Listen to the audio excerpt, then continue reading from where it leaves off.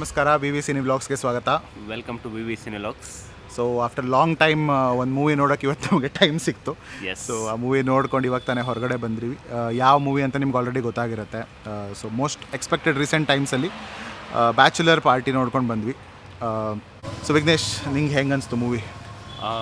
Recent ಟೈಮಲ್ಲಿ ನೋಡಿರೋ one of the best movie ಅಂತ ಹೇಳ್ಬೋದು bachelor party. Non stop laughter.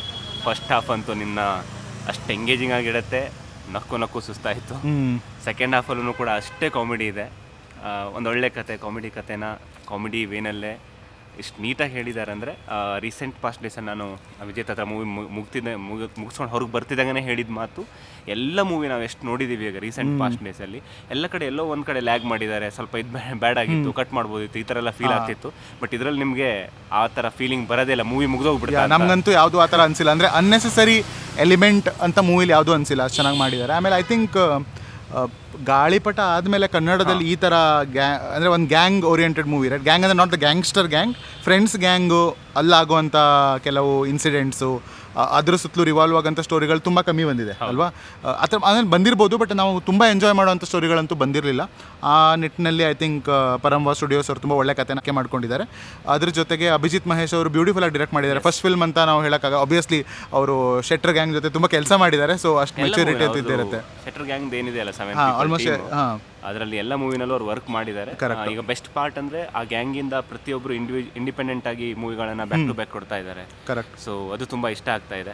ಅದರಲ್ಲಿ ಅಭಿಜಿತ್ ಮಹೇಶ್ ಅವ್ರದ್ದು ಒಳ್ಳೆ ಪ್ರಯತ್ನ ತುಂಬ ಚೆನ್ನಾಗಿದೆ. ಅಂದರೆ ಆ್ಯಕ್ಚುಲಿ ಮಲ್ಟಿ ಸ್ಟಾರರ್ ಮೂವಿ ಅಂತ ಏನು ಕರಿತೀವಿ, ಇವೊಂದು ಇವ್ರು ಯಾರೋ ದೊಡ್ಡ ಸ್ಟಾರ್ಗಳು ಅಲ್ಲದಿದ್ರು ಕೂಡ 3-4 ಜನ ಆ್ಯಕ್ಟರ್ಸ್ ಇದ್ದು ಅವ್ರನ್ನ ಪ್ಯಾರಲಲ್ಲಿ ತೊಗೊಂಡೋಗುವಾಗ ಸ್ಕ್ರೀನ್ ಪ್ಲೇ ಎಲ್ಲೋ ಒಂದು ಕಡೆ ತುಂಬ ಜನ ಎಡು ಬಿಡ್ತಾರೆ. ಐದರ್ ಫಸ್ಟ್ ಹಾಫ್ ಚೆನ್ನಾಗಿರುತ್ತೆ, ಸೆಕೆಂಡ್ ಹಾಫ್ ಹಾಳು ಮಾಡಿಬಿಡ್ತಾರೆ, ಇಲ್ಲ ಎಲ್ಲೋ ಒಂದು ಕಡೆ ಡೈಲಾಗ್ ಮಿಸ್ ಹೊಡಿಯುತ್ತೆ, ಇಲ್ಲ ಒಬ್ಬರಿಗೆ ಜಾಸ್ತಿ ಸ್ಕ್ರೀನ್ ಪ್ರೆಸೆನ್ಸ್, ಇಲ್ಲ ಹಂಗಲ್ಲಿ ಇಲ್ಲಿ ಈಕ್ವಲ್ ಆಗಿ ಮೇಂಟೈನ್ ಮಾಡಿದ್ದಾರೆ. ಎಲ್ಲಿ ತನಕ ಅಂದರೆ ಈವನ್ ಅಚ್ಯುತ್ ಕುಮಾರ್ ಅವ್ರ ಕ್ಯಾರೆಕ್ಟರ್ ಕೂಡ ಅಷ್ಟೇ ಈಕ್ವಲ್ ಇಂಪಾರ್ಟೆನ್ಸ್ ಕೊಟ್ಟಿದ್ದಾರೆ. ಸೊ ಹಾಗೆ 3 ಕ್ಯಾರೆಕ್ಟರ್ಸು ಒಟ್ಟಿಗೆ ಫ್ಲೋ ಆಗುತ್ತೆ. ಪ್ಲಸ್ ಅವ್ರ ಮಧ್ಯೆ ಆಗುವಂಥ ಕೆಲವು ಇನ್ಸಿಡೆಂಟ್ಸು, ಅದಕ್ಕೆ ಅವ್ರು ರಿಯಾಕ್ಟ್ ಮಾಡೋ ರೀತಿ ಅದನ್ನೆಲ್ಲ ತುಂಬ ಬ್ಯೂಟಿಫುಲ್ಲಾಗಿ ಕ್ಯಾಪ್ಚರ್ ಮಾಡಿದ್ದಾರೆ. ಆಮೇಲೆ I feel after long time ಬ್ಯಾಂಕಾಕ್ನ ತುಂಬ ಚೆನ್ನಾಗಿ ತೋರಿಸಿದ್ದಾರೆ ಈ ಮೂವಿಲಿ ಅಲ್ವಾ? So very beautifully shot. ಅಲ್ಲಿ ಸೀಕ್ವೆನ್ಸಸ್ ಎಲ್ಲ ಸುಮ್ಮನೆ ಬೋರಿಂಗ್ ಆಗಿ ತೆಗ್ದಿಲ್ಲ ಯಾವುದೂ, ತುಂಬ ಚೆನ್ನಾಗಿ ಅಲ್ಲಿ ಶೂಟ್ ಮಾಡಿದ್ದಾರೆ. ಅದು ಬಿಟ್ಟರೆ ಇನ್ನು ಮ್ಯೂಸಿಕ್ ಆ್ಯಕ್ಚುಲಿ ಹೇಳಬೇಕಂದ್ರೆ BGM ಆಗಿರ್ಬೋದು, ಥ್ರೂಔಟ್ ದ ಮ್ಯೂಸಿಕ್ ಸಾಂಗ್ಸ್ ಆಗಿರ್ಬೋದು, ಪ್ಲಸ್ ಥ್ರೂಔಟ್ ದ ಮೂವಿನಲ್ಲಿರೋ ಏನು ಬ್ಯಾಕ್ಗ್ರೌಂಡ್ ಸ್ಕೋರ್ ಏನಿದೆ ತುಂಬ ಅಲ್ಟಿಮೇಟ್ ಆಗಿ ಬಂದಿದೆ. BGM ಆ್ಯಪ್ಟಾಗಿ ಮಾಡಿದ್ದಾರೆ. ನನಗೆ 1-2 ಸಾಂಗ್ ಬಿಟ್ಟು ಸಾಂಗ್ಸ್ ಏನು ಅಷ್ಟೊಂದು ಇಷ್ಟ ಆಗಲಿಲ್ಲ. ಮೇ ಬಿ ಇನ್ಮೇಲೆ ಕೇಳ್ತಾ ಇಷ್ಟ ಆಗ್ಬೋದೇನೋ. ಬಟ್ BGM ಚೆನ್ನಾಗಿದೆ. ಮೂವಿ ನೋಡುವಾಗ ನೀವು ಎಂಜಾಯ್ ಮಾಡೇ ಮಾಡ್ತೀರಾ. ಈ ಥರ ಸ್ಟೋರಿಗೆ ಯಾವ ಥರ ಒಂದು ಹೇಗಿರಬೇಕು ಮ್ಯೂಸಿಕ್ಕು ಆ ಥರ ಸಖತ್ತಾಗಿದೆ. ನೀವು ಎಂಗೇಜ್ಡ್ ಆಗಂತೂ ಇರ್ತೀರಾ. ಆಮೇಲೆ ನಾವು ಥಿಯೇಟ್ರಲ್ಲಿ ಇದ್ವಿ, ಥಿಯೇಟ್ರಲ್ಲಿ ಕೂಡ ಜನ ಎಂಜಾಯ್ ಮಾಡ್ತಾಯಿದ್ರು ಮೂವಿನ. ತುಂಬ ನಕ್ಕು ಲೈಕ್ ಏನು ಲಾಫ್ಟರ್ ರಯಾಟ್ ಅಂತ ಕರಿತೀವಿ, ಹೊಟ್ಟೆ ಹುಣ್ಣಾಗೋ ಥರ ನಗೋದಂತಾರೆ, ಆ ಥರ ಮಜಾ ಮಾಡ್ಕೊಂಡಿದ್ವಿ.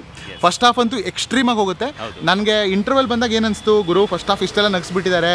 ಯೂಶ್ವಲಿ ಸೆಕೆಂಡ್ ಹಾಫ್ ಇವಾಗ ನಾವು ಕಂಪೇರ್ ಮಾಡ್ಕೊತೀವಲ್ಲ, ಸೆಕೆಂಡ್ ಹಾಫ್ ಕಂಪೇರ್ ಮಾಡ್ತೀವಿ. ಸೆಕೆಂಡ್ ಹಾಫಲ್ಲಿ ಒಂಚೂರು ಚೆನ್ನಾಗಿಲ್ಲ ಅಂದರೂ ನಾವು ನಗೋದಿಲ್ಲ, ರಿಯಾಕ್ಟ್ ಮಾಡೋದಿಲ್ಲ. ಬಟ್ ಹಂಗಿರಲಿಲ್ಲ. ಸೆಕೆಂಡ್ ಹಾಫಲ್ಲೂ ಅದನ್ನ ಕ್ಯಾರಿ ಫಾರ್ವರ್ಡ್ ಮಾಡಿದ್ರು ಅವರು. ಅದೇ ಲೆವೆಲ್ಗೆ ನಾವು ಇನ್ನೂ ನಗಾಡ್ತಿದ್ವಿ. ಆ ಥರ ಸೀಕ್ವೆನ್ಸಸ್ ಇತ್ತು. ಹಿಲೇರಿಯಸ್ ಆಗಿದೆ ಮೂವಿ. ಯೋಗಿ ಅವ್ರದ್ದು ಐ ಥಿಂಕ್ ಹುಡುಗರು ಆದಮೇಲೆ ಮತ್ತೆ ನಾವು ಸಖತ್ ಎಂಜಾಯ್ ಮಾಡಿದ್ದೀವಿ ಈ ಸಲ. ಇಟ್ ಎಕ್ಸ್ಪೆಕ್ಟೆಡ್ ಕೂಡ ಇತ್ತದು. ನನಗೆ ಯಾವಾಗ ನಾನು I think first Rishab Shetty ಅವರು ಇದ್ರು ಆ ಕ್ಯಾರೆಕ್ಟರ್ಗೆ, ಯಾವಾಗ ಯೋಗಿ ಅವ್ರು ಬಂದರು ಅಂತ ಗೊತ್ತಾಯ್ತು. I was expecting a lot from him, because ಈ ಥರ ಕ್ಯಾರೆಕ್ಟರ್ಸ್ ಅವ್ರಿಗೆ ಆ್ಯಪ್ಟ್, ಅದು ಅವ್ರಿಗೆ ಬರೀತಾರೇನೋ ಅನ್ನೋ ಥರ ಇರುತ್ತೆ ಅದು. ಇಲ್ಲ, ಅವ್ರು ಮಾಡಿರೋದ್ರಿಂದನೇ ಆ ಒಂದು ಪಾತ್ರಕ್ಕೂ ಕೂಡ ಜಾಸ್ತಿ ಏನೋ ವ್ಯಾಲ್ಯೂ ಬಂದಿದೆ. ನೀವು ನೋಡಿದ್ರೆ ಗೊತ್ತಾಗುತ್ತೆ. ರಿಷಬ್ ಅದೇ ಆಬ್ವಿಯಸ್ಲಿ ಆ ಮೂವಿನ ರಿಷಬೇ ಮಾಡಿದಿದ್ರೆ ಅಭಿಜಿತ್ ಅವರು ಬೇರೆ ಥರನೇ ಅವರಿಗೆ ಕ್ಯಾರೆಕ್ಟರೈಸೇಷನ್ ಕೊಟ್ಟಿರ್ತಿದ್ರು ಅಥವಾ ಡೈಲಾಗ್ಸ್ ಕೊಟ್ಟಿರ್ತಿದ್ರು ಗೊತ್ತಿಲ್ಲ. ಬಟ್ ಯೋಗಿ ಬಂದಿರೋದ್ರಿಂದ ಕೆಲವು ಚೇಂಜಸ್ ಆಬ್ವಿಯಸ್ಲಿ ಮಾಡಿರ್ತಾರೆ. ಸೊ ಅದನ್ನು ಯೋಗಿ ಒಳ್ಳೆಯದಾಗಿ ಏನೋ ಕ್ಯಾರಿ ಮಾಡಿದ್ದಾರೆ. ಕರೆಕ್ಟ್, ತುಂಬ ಚೆನ್ನಾಗಿ ಕ್ಯಾರಿ ಮಾಡಿದ್ದಾರೆ. ಜಾಸ್ತಿ ನಗ್ಸರ್ ಅವರೇನೆ. ಹೌದು ಅದು ಐ ಮೀನ್ ಅದು ಹಂಗೆ ಇರುತ್ತೆ, ಹುಡುಗರಲ್ಲೂ ಹಂಗೆ ಅಲ್ವಾ, ಜಾಸ್ತಿ ನಗ್ಸರ್ ಅವರೇನೆ ಆ ಮೂವಿಲಿ. ಬೈ ದ ವೇ ಅವ್ರದ್ದು ಕಾಮಿಡಿ ಡೈಲಾಗ್ಸ್ ಇಲ್ಲ ಮತ್ತೆ. ಐ ಥಿಂಕ್ ಯೋಗಿ ಅವ್ರದ್ದು ಅವ್ರು ಹಂಗೆ ಅವರು ನಾರ್ಮಲಾಗಿ ಆ್ಯಕ್ಟ್ ಮಾಡಿದ್ರೆ ಸಾಕು. ಅವ್ರು ಅಲ್ಲಿ ಏನು ನಾರ್ಮಲ್ ಅವ್ರ ಕ್ಯಾರೆಕ್ಟರ್ ಯಾವ ಥರ ಬಿಹೇವ್ ಮಾಡಬೇಕು ಅದನ್ನೇ ತುಂಬ ನಗು ಬರೆಸುತ್ತೆ ನಿಮಗೆ. ಇನ್ನು ದಿಗಂತ್ ಅವರು ಕ್ರೇಜಿಯಾಗಿ ಮಾಡಿದ್ದಾರೆ. ಐ ಥಿಂಕ್ ಈ ಥರ ಕ್ಯಾರೆಕ್ಟರ್ಸ್ ದಿಗಂತ್ ಅವ್ರು ನೀರು ಕುಡ್ದಂಗೆ ಅವ್ರಿಗೆ. ಅವರು ಹಿಂಗೆ ಕ್ಯಾರಿ ಮಾಡಿಬಿಡ್ತಾರೆ. ಅದೇ ಥರ ಕ್ಯಾರೆಕ್ಟರ್ ಕೊಟ್ಟಿದ್ದಾರೆ ಇಲ್ಲೂ ಅವ್ರಿಗೆ. ಆಮೇಲೆ ತುಂಬ ಬ್ಯೂಟಿಫುಲ್ಲಾಗಿ ಕ್ಯಾರಿ ಮಾಡಿದ್ದಾರೆ. ಅದು ಬಿಟ್ಟರೆ ಸಿರಿ ರವಿಕುಮಾರ್ ಇರ್ಬೋದು, ಅಚ್ಯುತಣ್ಣ ಅವ್ರ ಕ್ಯಾರೆಕ್ಟರ್ ಇರ್ಬೋದು, ಎವ್ರಿ ಒನ್, ಬಾಲಾಜಿ ಮನೋಹರ್, ಪ್ರತಿಯೊಂದು ಕ್ಯಾರೆಕ್ಟ್ರು ಯಾವುದು ಅನ್ನೆಸರಿ ಕ್ಯಾರೆಕ್ಟರ್ಸೇ ಇಲ್ಲ ಇಲ್ಲಿ. ಪ್ರಕಾಶ್ ಅಣ್ಣ ಕ್ಯಾರೆಕ್ಟರ್ ಅಂತೂ ಕ್ರೇಜಿ ಆಗಿದೆ, ರೈಟ್? ಪ್ರಕಾಶ್ ಸುಮಿನಾಡೋಳವರು ಸಖತ್ತಾಗಿ ಮಾಡಿದ್ದಾರೆ. ಅದು ಬಿಟ್ಟರೆ ಇನ್ನೇನಿದೆ, ಲೈಕ್ ಫ್ಯಾಮ್ಲಿ ಜೊತೆ ನೋಡೋವಂಥ ಸಿನಿಮಾ, ಮಕ್ಕಳನ್ನ ಕರ್ಕೊಂಡೋಗಿ ತುಂಬ ಎಂಜಾಯ್ ಮಾಡ್ತೀರಾ ಈ ಮೂವಿಲಿ. ಅಲ್ಲಿ ಇಲ್ಲಿ ಕೆಲವು ಡಬಲ್ ಮೀನಿಂಗ್ ಡೈಲಾಗ್ಸ್ ಇದ್ದಾವೆ, ಬಟ್ ವಲ್ಗರಾಗಿ ಯಾವುದೂ ಇಲ್ಲ. ಆಮೇಲೆ it's beautifully short as well, like ನಿಮಗೆಲ್ಲೂ ಮುಜುಗರ ತರುವಂಥ ಸೀಕ್ವೆನ್ಸಸ್ ಯಾವುದೂ ಇಲ್ಲ.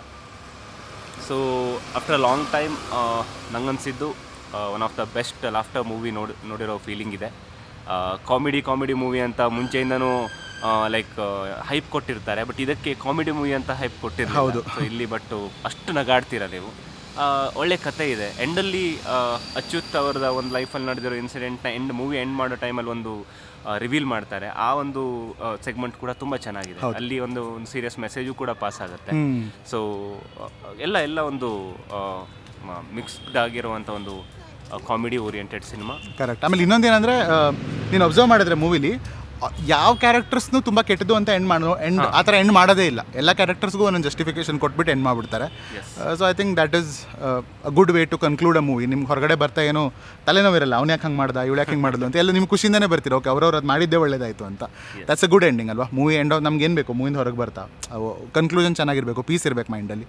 ಆಮೇಲೆ ಏನೂ ತಲೆಬಿಸಿ ಇಲ್ಲದೆ, ಯಾವುದು ಗ್ಯಾಂಗ್ಸ್ಟರ್ ಡ್ರಾಮಾ ಇಲ್ಲ, ಯಾವುದು ಸ್ಯಾಡ್ ಸ್ಟೋರೀಸ್ ಇಲ್ಲ, ಪೇನ್ ಇಲ್ಲ, ಏನೂ ಇಲ್ಲ. ಆರಾಮಾಗಿ ಹೋಗಿ ನಗಾಡಿ ಆರಾಮಾಗಿ 2-2.5 ಅವರ್ ಕೂತ್ಕೊಳ್ಳಿ, ವಾಪಸ್ ಬನ್ನಿ, ಆ ಥರ ಒಂದು ಮೂವಿ. ಸೊ ದಯವಿಟ್ಟು ಥಿಯೇಟ್ರಲ್ಲಿ ಹೋಗಿ ನೋಡಿ. ಥಿಯೇಟ್ರಲ್ಲಿ ಮಜಾ ಮಾಡ್ತೀರಾ, ಜಾಸ್ತಿ ಮಜಾ ಮಾಡ್ತೀರಾ ಥಿಯೇಟ್ರಲ್ಲಿ ನೋಡುವಂಥ ಮೂವಿ.